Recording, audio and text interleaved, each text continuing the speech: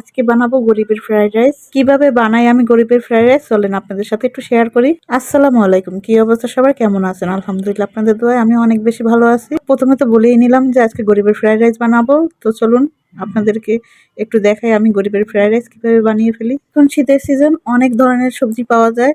তো আমি সব সবজিগুলো আমার ঘরের হাতের কাছে যা কিছু ছিল আমি সবগুলো কুচি করে নিয়েছি। এরপর তো এখানে আমি ডিম ফেটিয়ে নিয়েছি, আর ডিমের সাথে শুধু আমি লবণ আর একটু গোলমরিচের গুঁড়ো দিয়েছি। এরপর কড়াইতে আমি ঘি দিয়েছি, আর ঘি দিয়ে আমি এই ডিমটা দিয়ে দিলাম। যেহেতু গরিবের বলছি, গরিবরা তো আর ঘি খেতে পারে না। তো যাই হোক, আমার হাতের কাছে ছিল তাই আর কি দিলাম, আর একটু স্বাদ বাড়ানোর জন্য। আপনাদের কাছে থাকলে দিবেন, না থাকলে নাই। এরপরে আমি ডিমটা ভালোভাবে ভুজিয়ে করে নেব। ডিমে এক্সট্রা কিছুই দিতে হবে না। এরপরে ভুজিয়াটা করে নামিয়ে আমি এরপরে আমার যা যা দেওয়ার দরকার আমি সবকিছু দিয়ে দিব। এটা কিন্তু ভালোভাবে ভুজিয়াটা করতে হবে, হালকা হালকা আমি একটু লাল লাল করে নেব। তো এইরকম করে নেব, এরকম করলে আমার ভুজিয়াটা হয়ে যাবে। এরপরে আমি নামিয়ে নেব। আর এখানে কিন্তু আমি সবজির সাথে নিয়েছি পাতাকপি, একটু ফুলকপি, একটু পেঁয়াজ কলি, এই তিনটা সবজি দিছি। আমার কাছে গাজর ছিল না, গাজর দিলে কালারটা আরো বেশি ভালো লাগতো। আর পেঁয়াজ কুচি নিয়েছি, রসুন কুচি নিয়েছি, আর বেশি করে মরিচ কুচি নিয়েছি।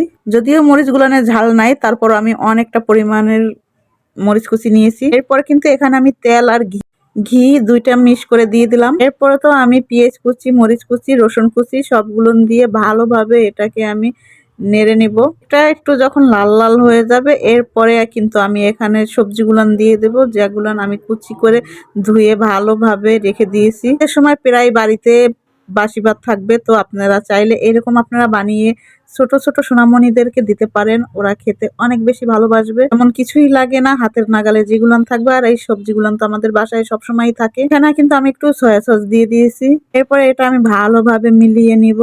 কালারটা দেখতে অস্থির হয়েছে। আর খাবারে যদি কোনো কালারফুল জিনিস দেখা যায়, দেখতেও ভালো লাগে, খেতেও কিন্তু অনেক বেশি ভালো লাগে। আর ডিম ভুজিয়ে এটা কিন্তু আমি এখন দেব না, আগে এটা আমি একটু সেদ্ধ করে নিব। এটা আপনারা বাচ্চাদের টিফিনেও দিতে পারেন, আবার সবাই মিলে বাসায় বসে সকালের নাস্তায়ও খেতে পারেন। এরপর তো আমি দিয়ে দিলাম এখানে গোলমরিচের গুঁড়া, আর দেব সামান্য লবণ আমার স্বাদ অনুযায়ী। আমার যতটুকু লবণ লাগবে আপনারা আপনাদের স্বাদ অনুযায়ী লবণটা দিয়ে দেবেন। যদিও আমি এখানে কিন্তু সয়া সস দিছি, সয়া সসের লবণের পরিমাণটা একটু থাকে। আর হ্যাঁ, আমার কিন্তু এটা বাসি ভাত ছিল, ফ্রিজে ছিল, তো ভাবলাম যে এরকম বানিয়ে ফেলি। আর এটা খেতে কিন্তু অনেক বেশি ভালো লাগে। আর দিয়ে দেবো কিন্তু ফ্রাইড রাইসের একটু মশলা। আমার কাছে ফ্রাইড রাইসের মশলাটা ছিল, তো ভাবলাম যে এটা একটু দিয়ে দিই, খেতে অনেক বেশি ভালো লাগবে আর ফ্রাইড রাইসের ঘ্রাণটাও আসবে। তো যার কাছে থাকবে না তার তো আর দিতে হবে না। কিন্তু ম্যাগি মশলা কিন্তু আমরা দোকানে সব জায়গায় সচরাচর পেয়ে থাকি, 5 টাকা হলেই একটা ম্যাগি মশলা পাওয়া যায়। তো আপনারা চাইলে এক প্যাকেট ম্যাগি মশলা দিতে পারেন। তো ম্যাগি মশলাটা দিলেও কিন্তু অনেক বেশি ভালো লাগবে খেতে। এরপরে কিন্তু আমার ভাজাটা হয়ে গেছে। এরপরে আমি কিন্তু ভাতটা দিয়ে দেব। দেখুন, ভাজাটা কিন্তু এরকমই হতে হবে। আমি কিন্তু এখানে কোনো হলুদ বা মরিচের গুঁড়া দিই নাই। যদি কালারফুল করতে চান তো সেক্ষেত্রে আপনারা হলুদ ব্যবহার করতে পারেন, আমি কিন্তু হলুদ দিই নাই। যাই হোক, এরপরে কিন্তু আমি এই যে আমার ঠান্ডা ভাতটা দিয়ে দিলাম। এরপরে আমি ভালোভাবে মিশিয়ে নেব। মিশানোর কাজটা কিন্তু আমরা সবাই কম বেশি ভালোই পারি, আর কিছু পারি বা না পারি। যাই হোক, একটু মজা করে নিলাম আপনাদের সাথে। এরপর তো আমি এই যে মিশিয়ে নিলাম ভালোভাবে। আর এখন দেখতে কালারটা কত সুন্দর লাগে, তাই না বলেন? আমার এই গরিবের ফ্রাইড রাইসটা কেমন হয়েছে অবশ্যই আপনারা কমেন্ট করে জানাবেন।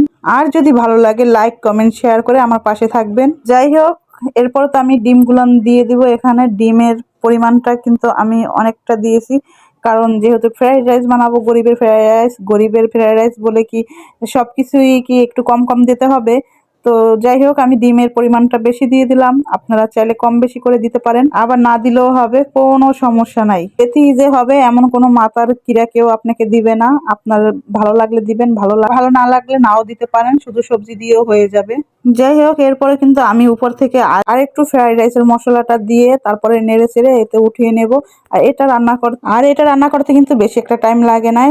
সব মিলিয়ে আমার আধা ঘন্টা টাইম লাগছে। শুধু আমার কুচি কুচি করা গুলান একটু টাইম লাগছে, আর নয়তো আমার কোনো টাইমই লাগে না। আর এটা রান্না করতে বেশি একটা টাইম লাগে না। এই তো আমি মশলাটা দিয়ে দিলাম। এরপরে তো একটু নাড়াচাড়া করে আমি গরম গরম উঠিয়ে নেব। চেষ্টা করবেন আপনারা সবাই গরম গরম খাওয়ার জন্য, এটা গরম গরম খেলে অনেক বেশি ভালো লাগবে। আর আমরা যতটুকু পরিমাণে রান্না করছি আপনাদের ভাইয়ারা আমার তো এনাফ হয়ে গেছে, অনেক মজা হয়েছে। আমরা পুরোটাই দুইজনে মিলে খেয়ে ফেলছি। আপনাদের ভাইয়া বলতেছিল আজকে নাকি তার একটু বেশি ভালো লাগছে ফ্রাইড রাইস। এখন তো ধনিয়া পাতার কোনো দাম নাই, ধনিয়া পাতা 10 টাকায় অনেকগুলো দিয়ে দেয়। তো ধনিয়া পাতা হাতের কাছে ছিল, আমি দিয়ে দিলাম। আপনাদের কাছে থাকলে দিবেন, না থাকলে নাই, কোনো সমস্যা নেই, দিতেই হবে, বাধ্যতামূলক কোনো কিছুই না, আপনারা চাইলে দিবেন, না চাইলে নাই, কোনো সমস্যা নেই। আমি যে দিছি আপনাদের যে দিতে হবে এমন কোনো মাথার কিরা আপনাদেরকে দেওয়া হয় নাই। যাই হোক, কেউ যদি বানাতে পারেন তো বানিয়ে খাবেন, আর যদি না পারেন তো আমার বাসায় সরাসরি চলে আসবেন, আমি আপনাদেরকে বানিয়ে খাইয়ে দিব, ঠিক আছে?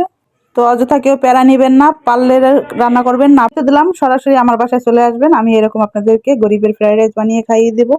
এরপর তো এখন আপনি আর আপনাদের ভাইয়া দুজনে মিলে খেয়ে নেব, তারপরে খেয়ে দিয়ে একটু মার্কেটেও যাব, আজকে একটু কিছু কেনাকাটার বাকি আছে, তো সেগুলো কেনাকাটা করব জন্য আর কি বেশি কিছু রান্না করলাম না। আর কালকের তো কলিজা ছিল, তো কলিজাটা দিয়ে আমরা দুজনে মিলে খেয়ে নেবো। তো আপনাদের ভাইয়াও হাত বাড়িয়ে দিয়েছে আর আমিও হাত বাড়িয়ে দিলাম।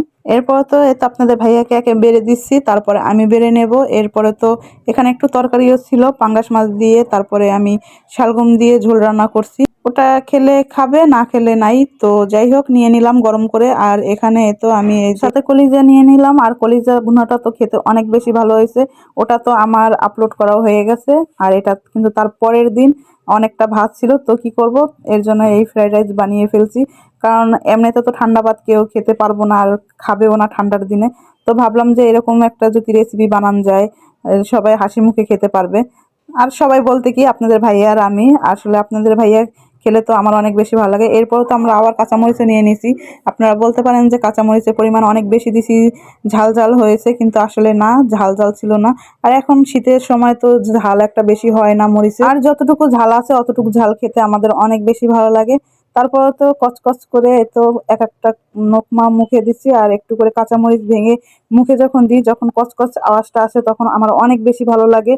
এরপর তো কলিজা কিন্তু অল্প একটু ছিল, তো দুজনেই ভাগ করে নিয়ে নিলাম। আমাদের ভাইয়া বলতেছিল খাবারটা অনেক বেশি নাকি তার ভালো লাগছে। আমি বলছি প্রায় তোমাকে এরকম বানিয়ে দিব, বলে এরকম একটা বউ থাকতে আর কি লাগে বলেন তো। আপনাদের ভাইয়া কিন্তু অনেকটা পরিমাণের খাইছিল। তারপরে তো এই আমরা খাওয়া দাওয়া করছি। আর আপনাদের ভাইয়া বলতেছিল যে ফোন দিলে চলে এসো, আমরা মার্কেটে যাব। আসলে আমাদের কিছু কেনাকাটা বাকি আছে, যেহেতু আমার মেয়ে আছে গ্রামের বাড়িতে, তো আমার কিছু কেনাকাটা বাকি আছে, শাশুড়ির জন্য কিছু কেনাকাটা করব। এরপরে যা যা কেনাকাটা করব অবশ্যই আপনাদের সাথে শেয়ার করব। খেতে খেতে বিদায় নিচ্ছি, সবাই অনেক বেশি ভালো থাকবেন আর আমাদের জন্য দোয়া করবেন। আমিও আপনাদের জন্য দোয়া করি। সবাই আপনারা ভালো থাকেন, সুস্থ থাকেন, যে যেখানে আছেন। দেখা হবে নতুন কোনো ভিডিওতে। আল্লাহ হাফেজ।